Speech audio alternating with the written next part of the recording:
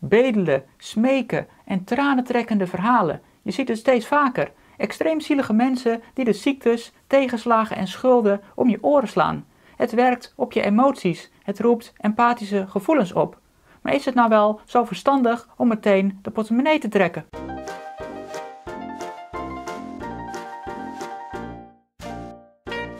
Meneer, alsjeblieft. Ik heb al 2 weken lang niks gegeten. Geef me alsjeblieft 2 euro. Kom, we gaan een broodje halen. Nee meneer, ik heb niet begrepen. Ik heb zo'n honger. Ik heb 2 euro nodig. Alsjeblieft. Voordat je geld gaat uitgeven wil je natuurlijk zeker weten dat je niet bedonderd wordt. Ik geef 10 kenmerken van bedelaars op het internet. 1. Alleen geld. Grote problemen schijnen alleen maar opgelost te kunnen worden als je ze een flinke zak met geld geeft. Alternatieven aandragen mag niet, daar worden ze boos van.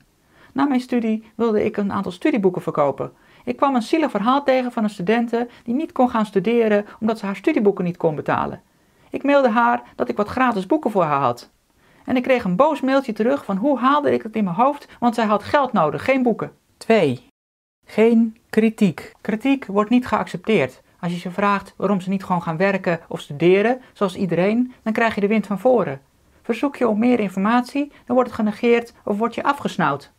Ze vinden het tijdverspilling als je niet meteen het geld op een rekening stort. Alsof ze iets anders te doen hebben dan de hele dag te bedelen. 3. Niet eerlijk. Om te voorkomen dat je argwaan krijgt, gebruiken ze veelvuldig de woorden eerlijk, oprecht en rechtvaardig. Woorden waar je een goed gevoel bij moet krijgen. Maar ze geven je eigenlijk alleen maar het gevoel dat jij degene bent die hen aan het oplichten is in plaats van andersom. 4. Geen garanties. Let op negatief geformuleerde zinnen.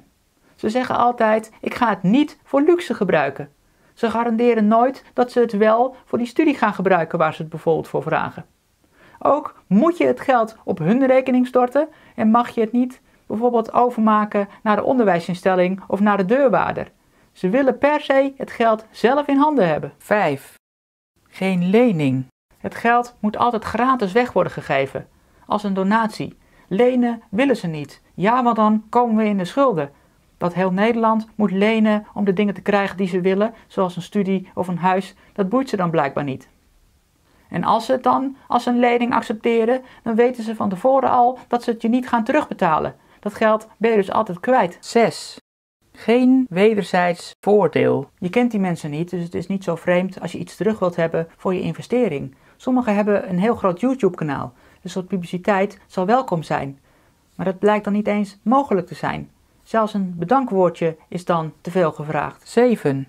Geen eigen verantwoordelijkheid. Je kan een heleboel dingen zelf doen. Je kan naar een uitzendbureau gaan. Je kan een opleiding volgen waarvoor je kan lenen. Je kan een 21+ toelatingstoets doen. Je kan staatsexamen doen voor minder dan 600 euro. Maar nee, deze mensen willen daar niks van horen. Ze willen altijd een peperdure particuliere opleiding volgen die een ander dan voor ze moet betalen. 8. Geen uitzondering. Bedelaars doen vaak alsof ze de uitzondering zijn. Alsof zij de enige zijn die de hele wereld op hun nek hebben gekregen. Maar in de praktijk blijkt dat er vele duizenden mensen zijn in dezelfde situatie. En waarom zouden zij dan net heel veel donaties moeten krijgen? Iedereen moet zijn eigen problemen zelf oplossen. Eigen individuele verantwoordelijkheid. 9. Geen politiek. Politiek zijn ze van mening dat de overheid hun problemen maar moet oplossen. Aan de andere kant vinden ze het ook geen probleem dat de overheid miljarden verspilt aan bijvoorbeeld de massa-immigratie. Ze snappen niet dat je geld maar 1 keer kan uitgeven. En dat is er nou juist de oorzaak van dat zij zoveel schulden hebben. 10. Alleen vriendjes. Is het jullie ook niet opgevallen dat juist hun zielige verhalen zo onder de aandacht komen? Als ik een zielig verhaal vertel, dan komt er niemand voor mij doneren. Maar ja, ik heb dan ook geen machtige vriendjes of grote YouTubers die voor mij veel publiciteit kunnen genereren.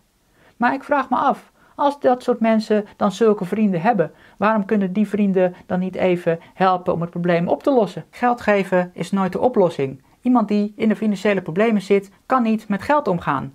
Als je hem geld geeft, dan zal hij alleen maar het ene gat met het andere vullen of het geld verspillen aan iets waardoor hij nog dieper in de schulden komt. Begeleiding bij schulden is iets voor professionals. Dat moet je overlaten aan deskundigen. Laat je niet emotioneel overrompelen. Want zeg nou zelf, als je iedereen geld moet geven die erom bedelt, dan kan je zelf straks ook gaan bedelen.